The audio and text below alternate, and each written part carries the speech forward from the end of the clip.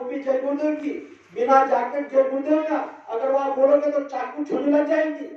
लेकिन जब आप टोपी पहनकर जय गुरुदेव नाम का झंडा लेकर जैकेट लेकर उनके सामने जो आवाज लगाते वो नीची मुन्नी करता है, तो काम कौन कर रहा है? जय गुरुदेव नाम काम कर रहा है।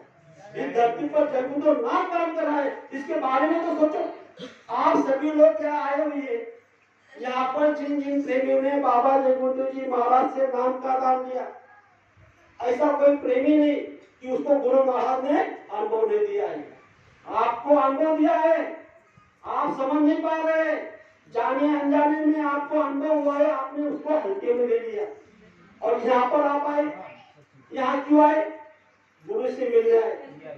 गुरु कहाँ मिलते हैं? दरबार में मिलते, सत्संग में मिलते। गुरु तुमसे मिलने का सत्संग एक बहाना है, दुनिया वाले क्या जाने ये रिश्ता पुराना है। हम आपका रिश्ता पुराना है, हम गुरु से यहाँ मिलने आए, तो चार चीजों को हमको अंदर में ग्रहण करना है। चार चीजें कौन सी? आपका गुरु पर विश्वास है तब तो आप यहाँ आए हो। आप सभी का गुरु पर विश्वास है कि हम बाबा जय गुरुदेव जी महाराज के वचन सुनने के लिए जय गुरुदेव आश्रम उत्तरायण पर जाएंगे तो गुरु हमें कुछ ना कुछ देंगे। ऐसा विश्वास करके आपका जीवन का अनमोल कीमती समय छोड़कर आप आए हो, तो विश्वास है। तो जब विश्वास आपका बन जाएगा तो विश्वास कैसा बनना चाहिए? उसका रूपांतर आपको श्रद्धा में करनी है। जब विश्वास श्रद्धा में बन जाएगा तो आपका काम बनने लग जाएगा। आप ऐसी श्रद्धा गुरु महाराज पे बना लो कि धरती पर गुरु महाराज के अलावा कोई कुछ काम नहीं कर सकता। 10 जुलाई 1952 से गुरु महाराज ने कहा कि ये जो सत्युग है ये तो मैं पलक झपक के यहाँ पे लेकर निकाल दूंगा, लेकिन सत्युग में बचेगा कौन? सबने तो काल का साथ सामान, संसार का साथ सामान सब अवगुण भरे रखी हुई है। इसलिए गुरु महाराज ने कहा कि पहले आप श्रद्धा स्थान बना लो, ऐसा श्रद्धा स्थान बना लो कि कुछ भी हो जाए गुरु के अलावा मेरा इस धरती पर कोई नहीं। जब ये आप ऐसी श्रद्धा बना लोगे उसके बाद में आगे आता है भाव। जब आप भाव से सत्संग सुनोगे, सचित होगे और भाव से सिमरन करोगे, ध्यान करोगे, भजन करोगे, अच्छे कर्म करोगे, इस पर सभी लोगों ने ये जो आरती हम बोलते हैं सभी लोगों ने पाठ करके रखी है। हम पाठ करते हैं लेकिन उसको अंदर में ग्रहण नहीं करते। तो उसमें आरती में क्या लिखा है? भाव सहित नित्य बैठे जरो के जो हत प्रीतम प्यारे, प्रगट ध्वनि सुनो श्रवण ही अपने मन के काज विसारे, जागी सुरत पियत चरणामृत पियत पियत हुई न्यारे, घंटा शंख मृदुंग सारंगी बंसी बीन सुनारे, जय गुरुदेव की आरती करती दावत जय जयकारे। इस पर थोड़ा विचार करो कि ये बात भी गुरु महाराज ने लिख दी है कि जब आप जय गुरुदेव बोलेंगे तो लोग आपकी आरती उतारेंगे। ये बाहर की नहीं, अंदर की। इसीलिए गुरु महाराज ने इस धरती पर आकर हमारे लिए कितने एहसान किए हुए हैं। और प्रेमी कहता है, छोटी बात कहता है, एक तन जिसकी मिली गुरु अमृत की खान शीश दियो, गुरु मिले फिर भी सस्ता जान। बोलने के लिए सब बोल देते हैं लेकिन जब अमल में हम कार्य करते उस समय में हमको समझ में आता है। दुनिया के लोगों की तरफ जब आप देखोगे कभी आप ना संसार कर सकोगे ना परमार्थ कर सकोगे। सभी माता पिता भाई बहनों को मैं एक बात बताना चाहता हूँ, गुरु के वचन बताना चाहता हूँ। आज अगर आप वो वचन अपने घर लेकर अपने अंदर में अगर आपने उतार लिया तो आप जीवन में सक्सेस हो जाओगे, आप सत्संग में सक्सेस हो जाओगे, आपकी आत्मा सक्सेस हो जाएगी, साधना में आपको लाभ मिलेगा। तो इसी बात दो चीजें हुई यहाँ पर मानव की, एक मानव एक संसार करता है और एक परमार्थ करता है। दो चीजें गुरु महाराज ने कहा कि लोक और परलोक। लोक मतलब संसार, परलोक मतलब परमार्थ। ये दो चीजों करते समय हमको किस तरह से ध्यान रखनी है, हमको कहाँ कहाँ देखना है, क्या करना है, कैसी रहनी चाहिए, कैसी रहनी चाहिए, इस पर सभी लोग सचेत होके सुनो। ये बहुत महत्वपूर्ण बात है। संसार करते समय आप कभी भी अमीर आदमी के तरफ मत देखना, आपसे ज्यादा धनवान व्यक्ति के तरफ मत देखना। अगर आप अमीर धनवान लोगों की तरफ देखोगे तो हमेशा के लिए आप दुखी होगे। आपको कहाँ देखना है?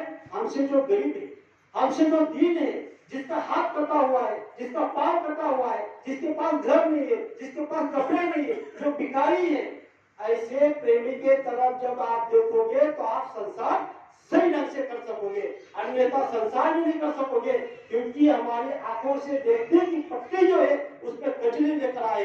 कैसी कचरी लेकर आए? ये तो धनवान है, ये तो गाड़ी पे घूमता है, ये तो एसी में रहता है, ये बड़े बड़े कपड़े अच्छे अच्छे पहनता है, अच्छा अच्छा खाना खाता है, अच्छी अच्छी साड़ी पहनता है, अच्छे अच्छे मकानों में रहता है। ऐसी चीजों के तरफ हमको देखना नहीं। जिसका प्रारब्ध में जो था उसको वो मिला है। समय से पहले भाग्य से अधिक किसी को कुछ मिलता नहीं। उन्होंने पहले जन्म में अच्छे कर्म किए, इसी के कारण आज उसको ये सब सुविधा मिली है। हमने पहले जन्म में अच्छे कर्म नहीं किए, इसीलिए हमको हमारी दिशा ये है। अगर हमें अगले जन्म के लिए अच्छा कार्य करना है तो हमको गुरु के वचन को ध्यान में रख के उस पर अमल करेंगे तो आपका नया जीवन नई योनि में बदल जाएगा, आपकी आत्मा अपने देश पे चली जाएगी। ये हुआ संसार के बाद परमार्थ की तरफ। जब भी आप परमार्थ करोगे उस समय आपको कहा देखता है, जो इधर उधर का लोगों जो बात करते, निंदा करते, आलोचना करते, सत्संग में आपको हित का काम करना है। या कितने भी वक्त आए जो हमें अच्छा लगता है, जो लायक है, जो गुरु का वचन है उसको ले लो। जो गुरु का वचन नहीं है, जो गुरु का वचन से लायक नहीं है, उसको यही छोड़ देना। लेकिन अपनी जुबान से ये बात मत निकालना कि इसने ऐसा कहा, उसने वैसा कहा। अगर आप ऐसी बोल दोगे तो निंदा हो जाएगी, उसके कर्म उसके पाप आपके सर पे लग जाएंगे। आप तीन मतलब चिट्ठी समान पुण्य इकट्ठा कर रहे हैं और आपका पाप आपके समान हो रहा है, तो आपकी सुधार कैसा होगा? इसीलिए गुरु महाराज ने कहा कि परमार्थ करते समय आप जिसकी रहनी गई, जिसका सत्संग, जिसकी वाणी वो कितना सिमरन करता है, कितना ध्यान करता है, कितना भजन करता है, इसकी रहनी कैसी है, ये क्या खाता है, क्या पीता है, और जो उच्चा साध है उसकी तरफ देखकर जब परमार्थ करोगे तो आप परमार्थी बन जाओगे। इस बात को, दोनों बात आप गांठ मार के घर पर लेके जाओ। संसार करते समय और परमार्थ करते समय अगर दोनों चीज आप सामने रखोगे तो आपका जीवन का कल्याण हो जाएगा। ये मानव तन उस प्रभु परमात्मा ने बड़े भाग्य से आपको दिया हुआ है। इसके बाद मिला है, आपकी बात नहीं मिलेगा। इसीलिए संत महात्मा कहते हैं, आओ रे लोगों संत शरण में यही एक काम आएगा। ये मानव तन अनमोल मिला है, बार बार नहीं मिलेगा। अगली बार आपको मानव का शरीर मिला है। और जो मेरे माता पिता भाई बहन है, यहाँ पे जो माता बैठी हुई है, बुजुर्ग माता है, बहन बैठी हुई है, इनके लिए संत महात्मा ने क्या कहा? ये जो भारत देश है, भारत की देश की देवियों का प्रताप सबसे जग से निराला है। यहाँ पर सतियों के सब पर टिका हुआ ये हमारा देश है। यहाँ पर जन्मी सतवती, सावित्री, सीता, गौरवती, गायत्री, गुणवती और गीता। सीता ने अपने पति के आज्ञा से वन को वास किया। सावित्री ने अपने पति को एक के मुख से छुड़वाया। नर्मदा और अनुसया से तो भगवान के हराए। ऐसा भारत देश की देवियों का प्रताप है। इसीलिए बाबा जगबंधु जी महाराज ने कहा कि ये देश की देवियां आप मेरे पास आओ, मैं आपको सीता बना दूंगा, मैं आपको सावित्री बना दूंगा, मैं आपको अन्नपूर्णा बना दूंगा। ये आदेश गुरु महाराज ने वचन ये सबको दिया है, तो सबको मिलेगा। अरे जो सावित्री को नहीं मिला, जो अनुसया को नहीं मिला, ऐसी चीज आपको मिलने वाली है। उससे भी बड़ी चीज गुरु महाराज ने आपको दिया हुआ है। किसी भी युग में बहनों को साधना करने के लिए कोई नाम नहीं दिया गया था, लेकिन इस कलयुग में परम संत बाबा जगबंधु जी महाराज ने सबको नाम का दान दिया और आपके हाथ में माला पकड़ा दी। क्यों? जहां देवता हार जाते हैं वहां पर देवियां काम करती है। आज जहां मानव हार गया है वहां देवियां काम करेगी। आप संसार की चीजों में देख लो, मानव से ज्यादा अधिकार आपको मिला है। जब आप बस पे सफर करते हो, आधा टिकट आपको है, आपका हर चांस आपको मिल रहा है, तो साधना में भी आपको इतना मिलेगा कि गुरु महाराज ने कहा कि आपकी घर लक्ष्मी हो। आपके घर में किसी भी मांस मछली सेवन का आने नहीं देना है। और आप चाहे तो ऐसा प्रचार कर सकते हो, कोई दुनिया का कोई मानव इतना प्रचार नहीं करेगा इतना प्रचार यहाँ की प्रेरणा कर सकती है। मैं आपको एक छोटा सा दृष्टांत देकर मेरे शब्दों को विराम दूंगा। बहना कैसे प्रचार कर सकती मालूम है? आप जब मार्केट में जाती हो और अच्छा सा साड़ी का दुकान होता है, वहां से आप साड़ी लेकर घर पे आते हो। जब आप साड़ी घर पर लेकर आते हो तो आप उसको चुपचाप कपाट में या तिजोरी में या कहीं रख देते हो? नहीं, क्या करते हो? उसको खोलते हो, पड़ोसन को, दोस्त को, मित्रों को, जिसको हो सबको क्या करते हो? बताते हो। और क्या होता है? तो वहां देखो, हम जलगांव में गए थे, ये ऐसा ऐसा दुकान है, वहां जाना, आप वह दुकान पे अच्छी सी साड़ी खरीद लेना, ये बात उसको बताते हो। अब अंदर में थोड़ा सा विचार करो, क्या जिस दुकानदार का आप नाम लेते हो उसने आपको कमीशन दिया है? नहीं दिया है। और जिस बहन को वहां भेजती हो वो बहन आपको कमीशन देगी? नहीं देगी। तो विचार करो कि ये काम तुम क्यों कर रहे हो, करो, कोई बात नहीं, मुझे मना नहीं करना आपको, लेकिन यही बात अगर आप प्रचार में लगाओगे, किसी बहन के पास बैठी हुई, उसको बोलना कि बहन तू शाकाहारी है, वो बोलेगी नहीं, तो तुम्हें शाकाहारी हो जाए, तेरे बच्चे अच्छे हो जाएंगे, तेरे बच्चे अच्छे हो जाएंगे, तेरा जो पूरा जीवन है, संसार अच्छा सुधर जाएगा, तू जो मांस खा रही है तू नर्क में जाएगी। ये आपको उसको बताना है, ये प्रचार आपको बताना है। एक गुरु महाराज ने सभी माता पिता भाई बहनों को बताया हुआ है कि जिन जिन प्रेमियों ने बाबा जय गुरुदेव जी महाराज से नाम का दान लिया, और उस समय जब कोई बहन या कोई भाई अगर ऐसा प्रचार करता है, उस समय सबसे खुश कौन होता है मालूम है? सबसे खुश होता है तो मेरे गुरु, मेरे बाबा जय गुरुदेव।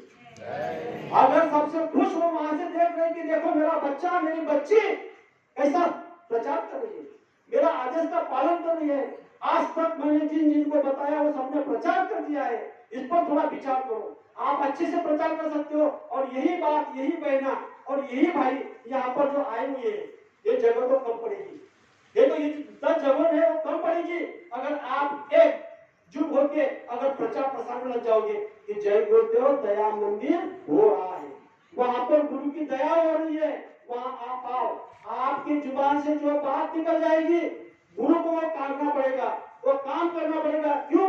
क्योंकि तुमने जो काम किया है उसका दाम तुम्हारे पूंजी खाते में इकट्ठा हो जाएगा, और उस समय गुरु वहां आके खुश होकर उसको देंगे, और जब वो खुश हो जाएगी तो वो आपके चरण पर पकड़ेगी।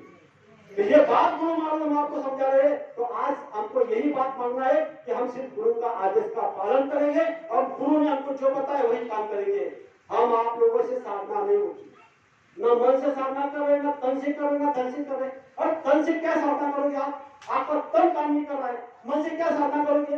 अरे मन तो बड़ा पैरी है, उसको जितना बड़ा कठिन है। सिमरन में बैठते हो माला गिर जाती है, सिमरन में बैठते हो बच्चे के तरफ नजर जाती है, सिमरन में बैठते हो पैसे के तरफ नजर जाती है, समाज की तरफ जाती है, संसार की तरफ जाती है, खेत में जाती है, खदान में जाती है, दुकान में जाती है, दफ्तर में जाती है। तो हमारा मन तो उठता नहीं है, तो और धन से क्या कर सेवा करोगे? धन कितना देते हो आप? गुरु महाराज ने कहा कि जब आपके पास 1 लाख रुपए होते हो तो आप 1000 रुपए देते हो, क्या धन दे रहे हो बताओ? तो गुरु महाराज ने कहा कि अपना कमाई का 10वां हिस्सा गुरु का होता है, सिर्फ धन का नहीं, धन का भी, मन का भी और तन का भी। इसलिए गुरु महाराज ने कहा कि दिन के 24 घंटे में से आपको 2.5 घंटा सिमरन ध्यान भजन में बैठना है, और दिन की जो भी 24 घंटे में से कमाई होती है या साल की कमाई होती है उनमें से 10वां हिस्सा निकालकर गुरु का होता है। इस पर हमको सोचना है, तो इस बात को हमको करना है। इसीलिए गुरु महाराज ने क्या कहा कि मैं तुम्हारा सुमिरन ध्यान भजन प्रचार जब करोगे तो पूरा समय भजन में जोड़ दूंगा। इसीलिए गुरु महाराज ने बुलंद आवाज में सभी माता जाति को कहा, क्या कहा? ए बच्चा, आप क्या करना, मैं आपके लिए भीख मांगूंगा, लेकिन आप भजन करना, भजन करना, भजन करना। ये क्यों कहा? क्योंकि जब आप भजन करोगे तो आपकी पूंजी इकट्ठा होगी। दूसरी बात गुरु महाराज ने क्या कहा? आप सभी लोग ध्यान होकर सचेत होकर सुनो, आप मेरा ये काम कर दो, मैं आपके सारे काम न कर दूं तो बाबा जी को बाबा जी मत कहना। एक काम कौन सा? सिर्फ गुरु आदेश का पालन। तो आज हम आपको यही बात कहते हैं, गुरु से यही बात मांगे। आज के दिन इस समय में मैंने आपके सामने 2 शब्द रखे, हो सकता है कहीं में 1 शब्द भी बोलना चाहिए था, तो आप मुझे आपका छोटा भाई छोटा बेटा सब समाप्त करना। सभी लोग प्रेम से कहेंगे जय